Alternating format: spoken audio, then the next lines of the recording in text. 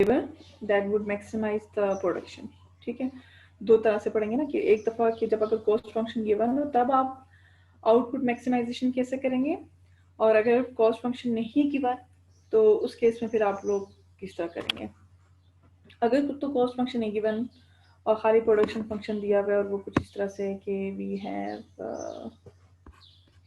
Capital square plus labour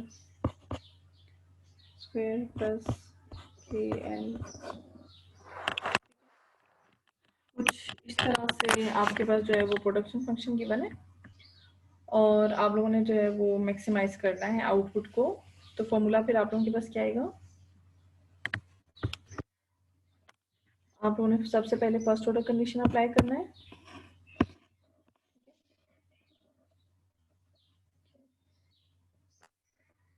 जी, first order condition आप कैसे apply करते हैं, डेरिवेटिव लेंगे यहाँ प्रोडक्शन फंक्शन का विद रिस्पेक्ट टू कैपिटल, उसको इक्वल टू 0 पुट कर दें, फिर एक दफा लें विद रिस्पेक्ट टू लेबर, उसको इक्वल टू 0 पुट कर दें। तो अगर हम डेरिवेटिव लें इसका विद रिस्पेक्ट टू कैपिटल, क्या लिखें इसको हम वाई के लिख लेते हैं। ठीक है, तो वैल्यू आपके पास आ रही है 2k प्लस एल। ठीक है, उसको इक्वल टू 0 पुट कर दिया, सही। और इसी तरह अगर आप लोगों के पास आ जाए ये इक्वल्स टू, इसको अब आपके पास लिखें क्या आंसर आएगा, 2l प्लस के आ जाएगा। मैम हमने डेरिवेटिव ले लिए। हम जी डेरिवेटिव लिए, हाँ डेरिवेटिव लिए जी और इक्वल्स टू 0 पुट कर। फर्स्ट ऑर्डर कंडीशन पता है ना कैसे अप्लाई करते हैं, मैथ्स में आप लोगों को याद होगा, मैथ्स में याद है चैप्टर कौन सा होता था, चैप्टर 9 से ऑनवर्ड होता था। 2 चैप्टर थे मैम सेकंड ईयर में, तो 2 चैप्टर्स थे, एक तो चैप्टर 9 था ना आप लोगों के पास जिसमें आप लोगों ने मैक्सिमाइजेशन का केस करना होता था, और एक चैप्टर 11 था आई गेस, चैप्टर उसमें भी 11 आप था लोगों शायद। ने मैक्सिमाइजेशन का केस करना होता है, और चैप्टर 12 जो आपके पास होता है उसमें फिर आप लोग जो है वो फर्दर उसको कर रहे होते हैं। ठीक है, फर्स्ट ऑर्डर कंडीशन हमेशा याद रखें कि फर्स्ट ऑर्डर कंडीशन में हम क्या करते हैं कि हम डेरिवेटिव लेते हैं इक्वल टू 0 पुट करते हैं। सेकंड ऑर्डर कंडीशन में फिर हम सेकंड डेरिवेटिव्स लेते हैं और उसके बाद फिर हम देखते हैं कि अगर आपके पास सेकंड डेरिवेटिव की वैल्यू ग्रेटर देन 0 आ रही है, ग्रेटर देन 0 आ रही है तो हम क्या करते हैं, मैक्सिमम या मिनिमम, मिनिमम फंक्शन मिनिमम पर है। और अगर आप लोगों के पास डेरिवेटिव की वैल्यू लेस देन 0 आ रही है तो हम कहते हैं फंक्शन मैक्सिमम। तो आपके पास वैल्यू क्या आ रही है, L is equal to -2k आ जाएगा।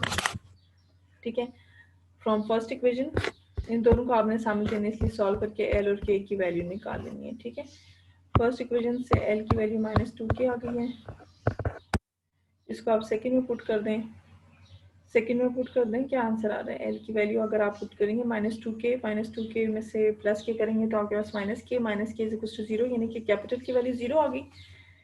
कैपिटल की वैल्यू 0 आएगी तो उसका मतलब लेबर की वैल्यू भी 0 आ गई। तो इसका मतलब है कि आपका जो वैल्यू आ रही है लेबर और कैपिटल की ऑप्टिमल दैट इज 0। ठीक है, अच्छा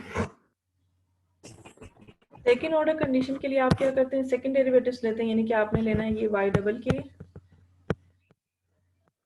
तो ये आ जाएगा 2, इसे y डबल एल मालूम कर लें, ये भी 2 है। ठीक है, तो क्योंकि दोनों वैल्यूज आपके पास ग्रेटर देन 2 है, सेकेंड डेरिवेटिव देखें दोनों ग्रेटर देन 2 है, तो इसका मतलब क्या है, फंक्शन मैक्सिमा के ऊपर है या मिनिमा के ऊपर है।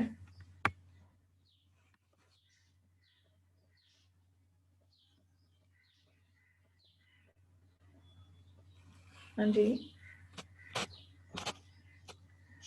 क्या वैल्यू आएगी, क्या वैल्यू आएगी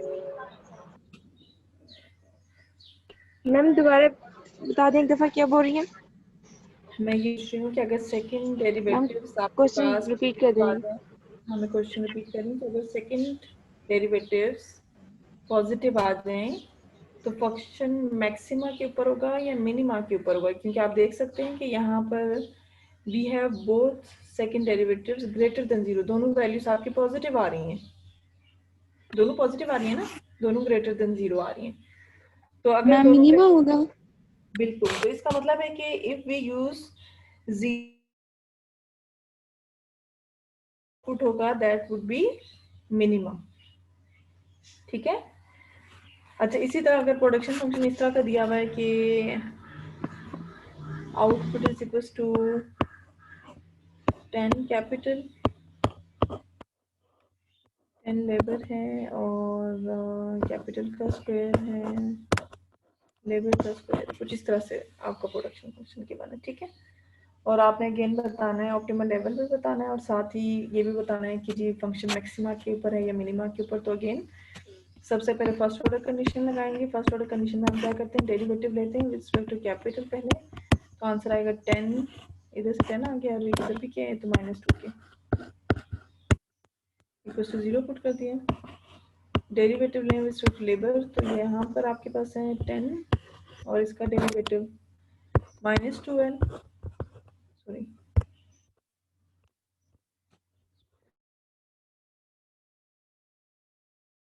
इक्वेशन 1 से आप देखें कि कैपिटल की वैल्यू क्या आ रही है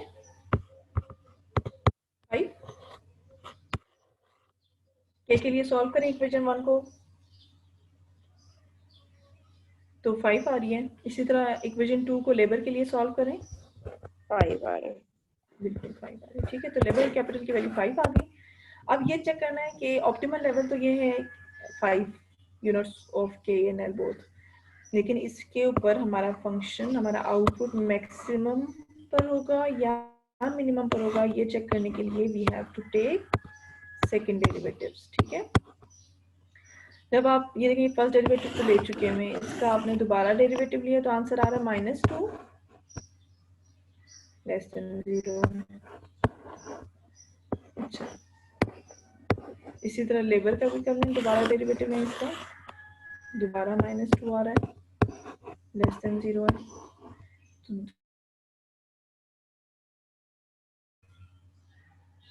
तो मैक्सिमा तो हम करेंगे कि output is maximised when we use 5 units of labour and 5 units of capital. ठीक है। और अगर मेरे पास सपोज कर लें कि जी कैपिटल की वैल्यू अगर मेरे पास ग्रेटर देन 0 आ जाए सेकंड डेरिवेटिव, ठीक है, और अगर आप सेकंड डेरिवेटिव लेबर कर लें वो लेस देन 0 आ जाए, फिर ये कौन सी सिचुएशन होगी? जब दोनों ग्रेटर देन 0 तो हमने कहा मिनिमा है, जब दोनों लेस देन 0 तो हमने कहा मैक्सिमा है। लेकिन अगर साइंस ऑपोजिट हो जाए, एक ग्रेटर देन 0 आ जाए एक लेस देन 0 आ जाए, फिर क्या सिचुएशन होगी? मैक्सिमा की होगी, मिनिमा की होगी या कोई और सिचुएशन है? मैम एक और सिचुएशन होती है, वो याद नहीं आ रही। हाँ, वो क्या कहलाती है? वो कहलाती है saddle point.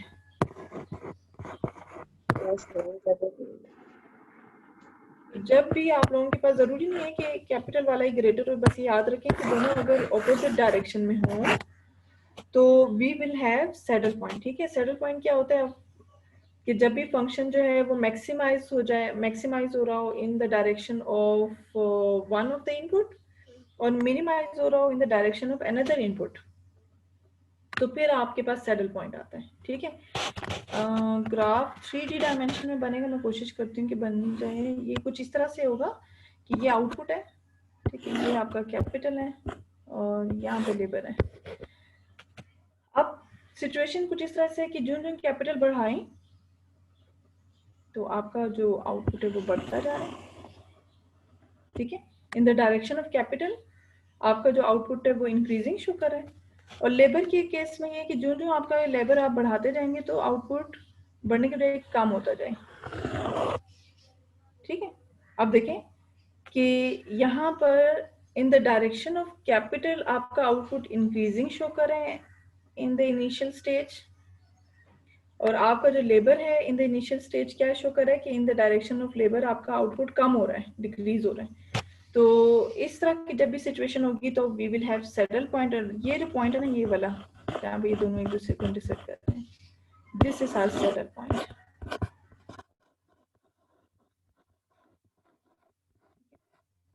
This is our settle point. समझ आ गई बात? Yes ma'am.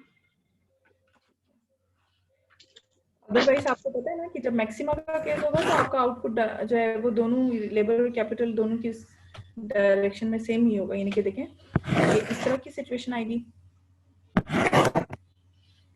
ये कैपिटल है, ये लेबर है, ये मैक्सिमा है, और अगर मिनिमा वाला केस हुआ तो ये प्रोडक्शन फंक्शन कुछ इस तरह से होगा। लेकिन ये जो आपके पास सिचुएशन है कि आपका आउटपुट एक इनपुट के लिहाज से इंक्रीजिंग शो करे, दूसरे इनपुट के लिहाज से डिक्रीजिंग शो करे, फिर वो आपका सेटल पॉइंट आएगा। सो ये तो आप लोगों के पास था कि प्रोडक्शन फंक्शन को हमने ऑप्टिमाइज करना था विदाउट एनी कॉस्ट फंक्शन। अब बारी है कॉस्ट फंक्शन के साथ करने की, तो उससे पहले हम जरा थोड़ा सा कॉस्ट फंक्शन को डिटेल में स्टडी कर लेते हैं। ठीक है, कॉस्ट आपके पास क्या है? कॉस्ट आप लोगों के पास कि जब भी आप प्रोडक्शन फंक्शन करते हैं तो उसको अकम्प्लिश करने के लिए अपने प्रोडक्शन को आपको जितनी भी कॉस्ट बेयर करनी पड़ती है, जितना भी एक्सपेंडिचर बेयर करना पड़ता है, that is called the cost. Normally हम क्या कहते हैं? Cost is always the function of, क्या पढ़ा है आप लोगों ने? Cost is the function of output. ठीक है, अच्छा उसके बाद ये पढ़ा होगा आप लोगों ने कि we have two types of cost. एक तो होती है संक कॉस्ट,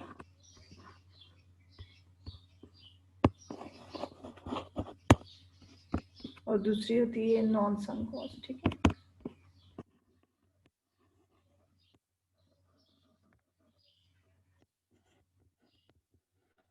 अच्छा जो संक कॉस्ट होती है वो कौन सी होती है? जो कि रिकवरेबल नहीं है।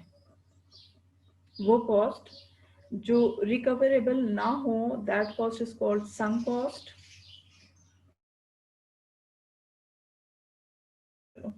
जिसे आप रिकवर कर सकते हैं। ठीक है, जैसे फॉर एग्जांपल जब हम प्रोडक्शन फंक्शन की जो बात करते हैं कि हमने लेबर भी यूज करना है, कैपिटल भी यूज करना है। कैपिटल लेबर के ऊपर आपने कॉस्ट मतलब पढ़ी है ना, आपने यूज किया, कोई ना कोई खर्चा लगाया आपने, कैपिटल की कॉस्ट जितनी पड़ी, लेबर की जितनी कॉस्ट पड़ी, उसको हम रिकवर कर सकते हैं क्योंकि लेबर और कैपिटल जो हमने यूज किया है उसके थ्रू हमारे पास कोई ना कोई आउटपुट आएगा, फिर हम उस आउटपुट को सेल आउट करेंगे। जब हम उसे सेल आउट,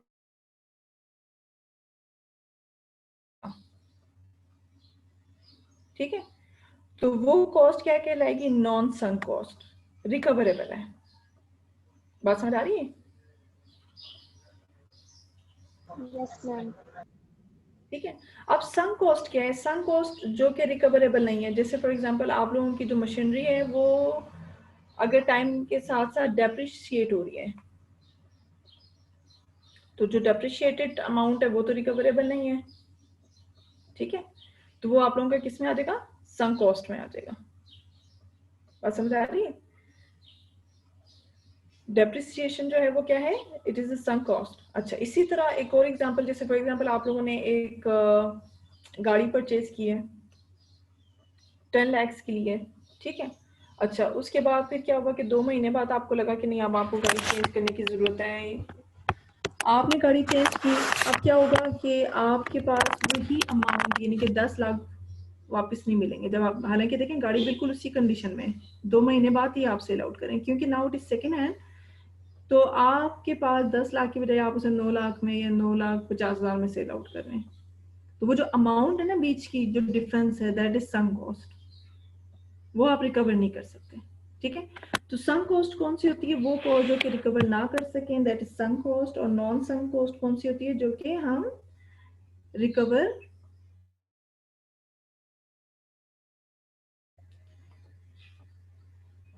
अच्छा उसके बाद फिर आपके पास एक और टाइप है which is called the implicit cost function. ये तो 2 टाइप्स होगी। इस कॉस्ट को हम डिवाइड कर सकते हैं into two more categories, that is implicit cost और एक्सप्लिसिट कॉस्ट।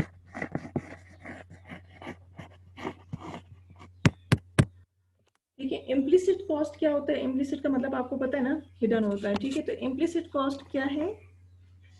जो आपके पास कॉस्ट जो है आप डायरेक्ट मॉनेटरी टर्म्स में एक्सप्रेस ना कर सकें, उस कॉस्ट को हम कहते हैं इम्प्लिसिट कॉस्ट। और जिस कॉस्ट को आप डायरेक्टली मॉनेटरी टर्म्स में एक्सप्रेस कर सकें उसे हम कहेंगे एक्सप्लिसिट कॉस्ट। ठीक है, यानी कि इसका मतलब है कि वो कॉस्ट जो कि involve the cost that involves direct monetary outlay, उन्हें हम कहेंगे एक्सप्लिसिट। और जिसमें डायरेक्ट मॉनेटरी टर्म्स में आप एक्सप्रेस नहीं करते उन्हें क्या कहेंगे? इम्प्लिसिट। इम्प्लिसिट। ठीक है, अच्छा अब देखें एक्सप्लिसिट में तो आगे सिंपल कि कैपिटल के ऊपर जितना खर्चा लग गया, जाहिर बात है वो आपने कैपिटल को जो है इंटरेस्ट देना है, मनी की टर्म्स में है। लेबर के ऊपर जितना खर्चा आया, जाहिर बात है लेबर को आपने वेज देना है, वेज भी मनी की टर्म्स में है, तो ये तो आ जाएगा आपके पास एक्सप्लिसिट कॉस्ट में। ठीक है, इम्प्लिसिट कॉस्ट में क्या आ जाएगा? इम्प्लिसिट कॉस्ट में जैसे आप लोगों का जितना भी टाइम लगा है, कॉस्ट है ना, टाइम आपने सारा वेस्ट किया है एक बिजनेस को चलाने के लिए, तो वो जो जितना भी टाइम है उसको आप डायरेक्टली मॉनेटरी टर्म्स में नहीं कन्वर्ट कर सकते। अच्छा, इसी तरह जो आपकी एफर्ट है, आपने कितनी एफर्ट लगाई है उस बिजनेस को चलाने के लिए, तो ये जो टाइम हो गया, एफर्ट हो गया, ये अपॉर्चुनिटी कॉस्ट हो गई, ये सारी वो चीजें जो कि डायरेक्टली मॉनेटरी टर्म्स में नहीं, उसे आप इनडायरेक्टली मॉनेटरी टर्म्स में तो कन्वर्ट कर सकते हैं, लेकिन डायरेक्टली वो आपके पास कॉस्ट है लेकिन मॉनेटरी टर्म्स में नहीं आ रही, तो उन्हें हम क्या कहते हैं? Implicit cost. ठीक है, बात क्लियर हो गई कि नहीं? Yes ma'am. Yes ma'am.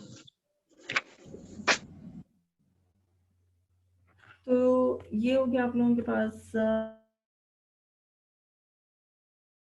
हम बात कर रहे हैं, ये हो गया जी इकोनॉमिक कॉस्ट। जब हम बात करते हैं इकोनॉमिक कॉस्ट की, इट मींस कि we are talking about both the explicit and the implicit cost. ठीक है, यानी कि इकोनॉमिक कॉस्ट जब हम बात करते हैं तो इसका मतलब है कि हम एक्सप्लिसिट कॉस्ट को भी काउंट कर रहे हैं और इम्प्लिसिट को भी। ठीक है, ये लिखा नहीं जा रही है, आप लोग देखेंगे दोबारा ट्राई करते हैं।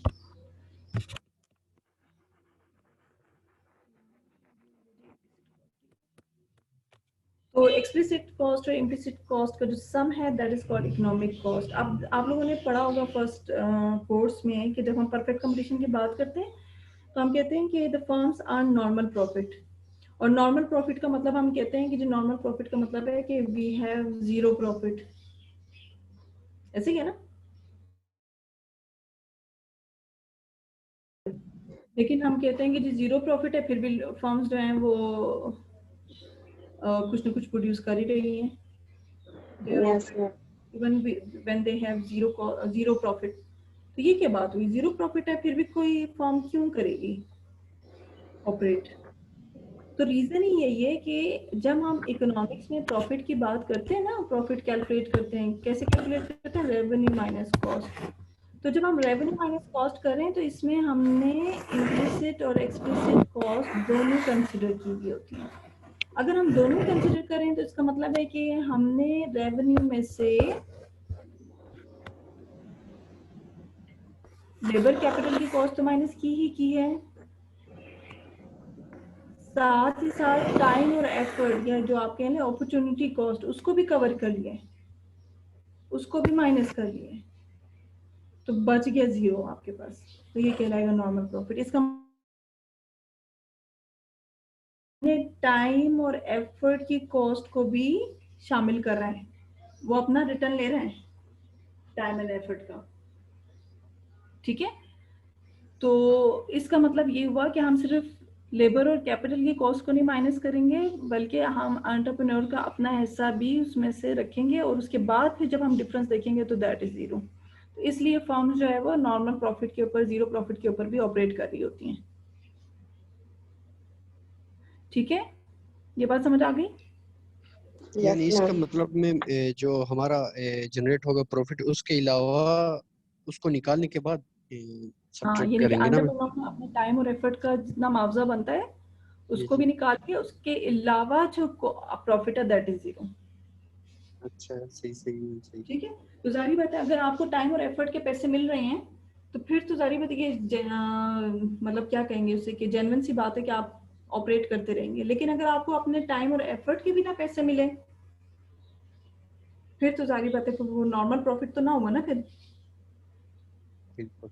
ठीक है, अच्छा, तो कॉस्ट की हमने डेफिनेशन पढ़ ली। अब कॉस्ट को थोड़ा सा देखते हैं कि जी अगर आपके पास प्रोडक्शन फंक्शन गिवन है और in the face of cost आप लोगों ने अपने प्रोडक्शन को मैक्सिमाइज करना है। पहले तो अभी मैंने आपको स्टार्ट में क्या बताया था कि we have to maximise first order condition लगा ली, सेकेंड ऑर्डर कंडीशन लगा ली, ठीक है। लेकिन अगर आपसे कहा जाए कि you have to maximise your output और प्रोडक्शन फंक्शन कुछ इस तरह से दिया हुआ है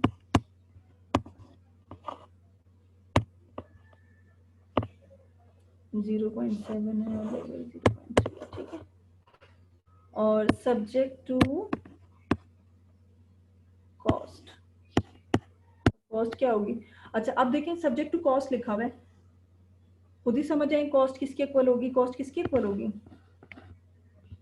आर इंटू के प्लस डब्ल्यू इंटू एन, ठीक है। अब आप लोगों को मैक्सिमाइज करना है आउटपुट सब्जेक्ट टू कॉस्ट। फिर आप कैसे करेंगे? First order condition second order condition तो लगेगी लेकिन डायरेक्ट प्रोडक्शन फंक्शन के ऊपर नहीं लगेगी। याद रखें whenever constraint is given to us we have to use Lagrange multiplier. ठीक है, आप लैग्रेंज मल्टीप्लायर के थ्रू से सॉल्व करेंगे, यानी इसका मतलब है आप करेंगे सबसे पहले ऑब्जेक्टिव फंक्शन लिखेंगे, यानी कि जिस फंक्शन को आपने मैक्सिमाइज या मिनिमाइज करना होता है उसे हम पहले लिखते हैं 0.7 के 0.3 सॉरी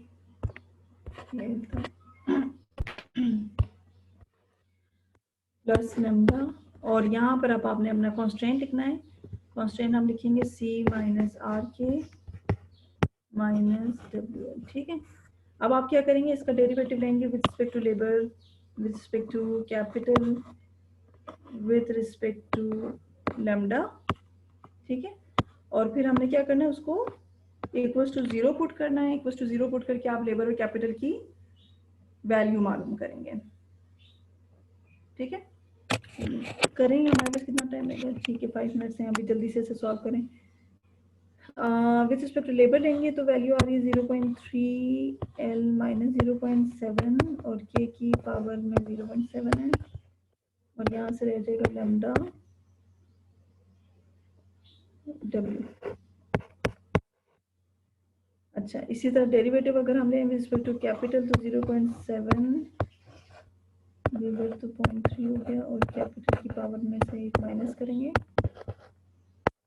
लेमडा, और इधर रह गया K sorry R. With respect to K तो डेरिवेटिव लिए के साथ आर मल्टीप्लाई हो रहा है सो आर है, ठीक है। और लास्ट में डेरिवेटिव रिस्पेक्ट टू लेमडा लेंगे तो we will have the terms inside the bracket left, ये आपके पास आ जाएगा N is also equal to 0। अब आपने क्या करना है, जो ये फर्स्ट ऑर्डर कंडीशन अप्लाई हो चुका है, ठीक है। पहली और दूसरी इक्वेशन से फिर आपने लेमडा की वैल्यू निकालनी होती है, और जो वैल्यू आएगी उसे आपने फिर थर्ड पहली इक्वेशन से लेमडा की वैल्यू बन रही है 0.3 एल माइनस 0.7 और के 0.7 डिवाइडेड बाय डब्ल्यू,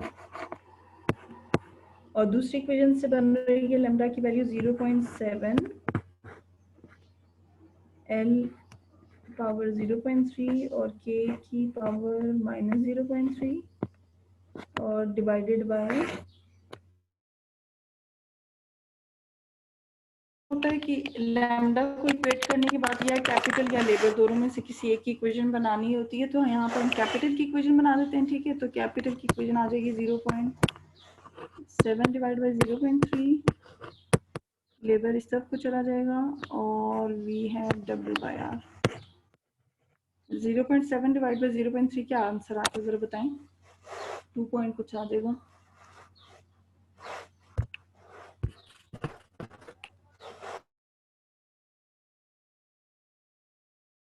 टू 2.33। ये आ गया आपके पास कैपिटल की वैल्यू। अब आपने इस कैपिटल की वैल्यू को पुट करना है इनटू थर्ड इक्वेशन। ठीक है, तो ये देखें c माइनस r और k की जगह ये सारी वैल्यू आ गई 2.33 LW by r minus WL equals to 0। अब इधर आप देखें कि r तो r के साथ कैंसिल हो गया और तो इन दोनों को आप कंबाइन कर लो, minus minus plus sign minus का आ जाएगा, तो c minus 3.33 WL equals to 0 आ गया। अब इसको सब ले जाओ,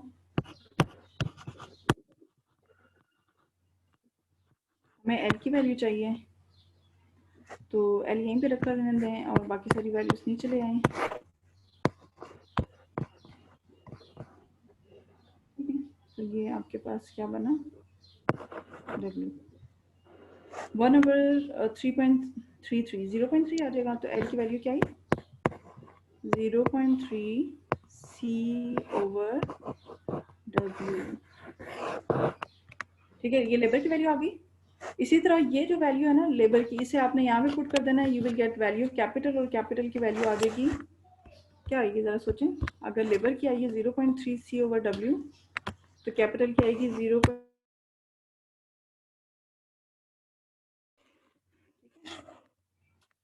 लेबर वेज के ऊपर डिपेंड कर रहा है, कैपिटल इंटरेस्ट रेट के ऊपर डिपेंड कर रहा है, और ये उनकी इलास्टिसिटी से, कैपिटल की इलास्टिसिटी 0.7 थी तो 0.7, लेबर की इलास्टिसिटी 0.3 थी तो यहाँ पे 0.3। ठीक है, तो these are the input demand।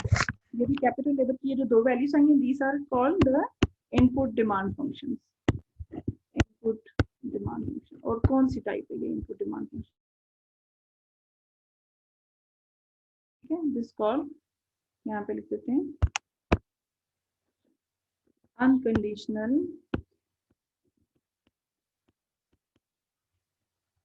Input demand.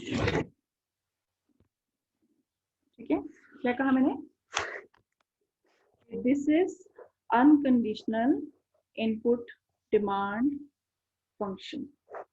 Unconditional है इसलिए क्योंकि जो आपका कंडीशनल इनपुट डिमांड फंक्शन होता है ना, उसमें के और लेबर दोनों आउटपुट के ऊपर डिपेंड कर रहे होते हैं।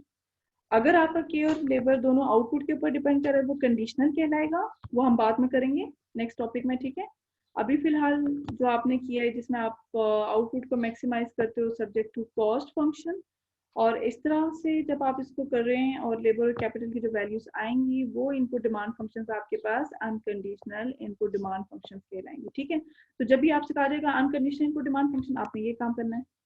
अगर अनकंडीशनल की ही बात हो रही है, आपने यही सारा करना है। ठीक है, यहाँ तक बात समझ आ गई।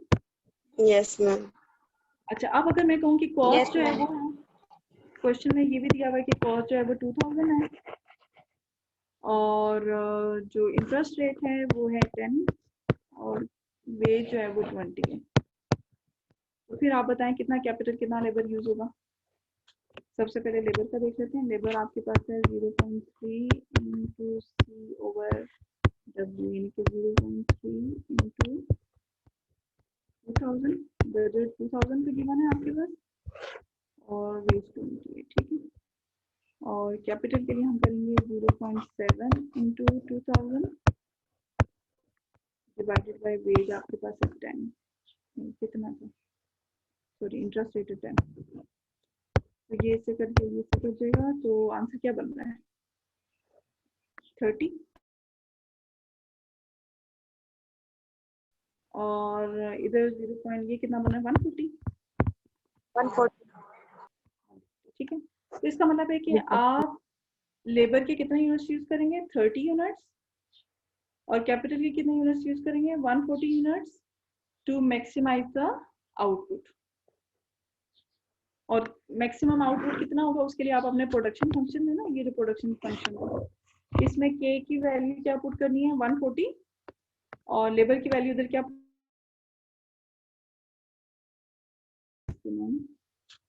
आउटपुट यानी कैपिटल की वैल्यू 140 पावर 0.7 लेबर की वैल्यू 30 पावर 0.3 इसे सॉल्व करेंगे तो आपको पता चलेगा कि what will be the maximum level of output. ठीक है, यहाँ तक समझ आ गई सबको? जब भी अनकंडीशनल इनपुट डिमांड फंक्शन मालूम करने को कहा जाएगा तो यहाँ तक करना है, साथ ही पूछा हो कि what will be the maximum output, तो ये भी करना है। डन? जी मैम Yes, समझ आ ma'am. गई। तो नेक्स्ट क्लास में मुझे याद कराइएगा कि कंडीशनल इनपुट डिमांड फंक्शन से हमने स्टार्ट करना है। ठीक है, तो कंडीशनल वाला मैं कराऊंगी, फर्स्ट हाफ में मैं कराऊंगी आपको लेक्चर, और बाकी जो फर्स्ट हाफ सेकेंड हाफ होगा उसमें आप लोगों की प्रेजेंटेशन होगी। ठीक है, नेक्स्ट वीक से प्रेजेंटेशन ma'am. स्टार्ट है, सबने रेडी रहना है। अगर कोई ग्रुप ये कहेगा कि हमारे मेंबर्स ने 0 मार्क्स में, तो सबको बता दें आप महक, ठीक है, कि Yes, ma'am. क्लास में मैम प्रेजेंट नेक्स्ट क्लास में होगी मैम। नेक्स्ट क्लास में बिल्कुल। प्रेजेंटेशन किस टॉपिक की होगी मैम? क्या मतलब है, आपने अभी तक तैयार नहीं किया प्रोजेक्ट? मैम बताया ही नहीं है शायद, या फिर क्लास में मिस हो गई। मैम ने बताया था पिछली क्लास मैम ने में बताया था। ओलिगोपोली, और मैम ने हाँ हाँ ग्रुप्स भी बिल्कुल बनाए हैं बिल्कुल और वो बिल्कुल। मैंने सब शेयर। या मुझे बिल्कुल नहीं तो आप ये जो तैमूर है, आपका इतना नॉन सीरियस बिहेवियर क्यों है? मैम नॉन सीरियस नहीं है मैम, असल में पिछली लास्ट क्लास में रमजान में हुई थी, इस वजह से वो मेरा ख्याल है मैंने शायद मिस कर दी हो, इस तरह से मैं कह रहा था।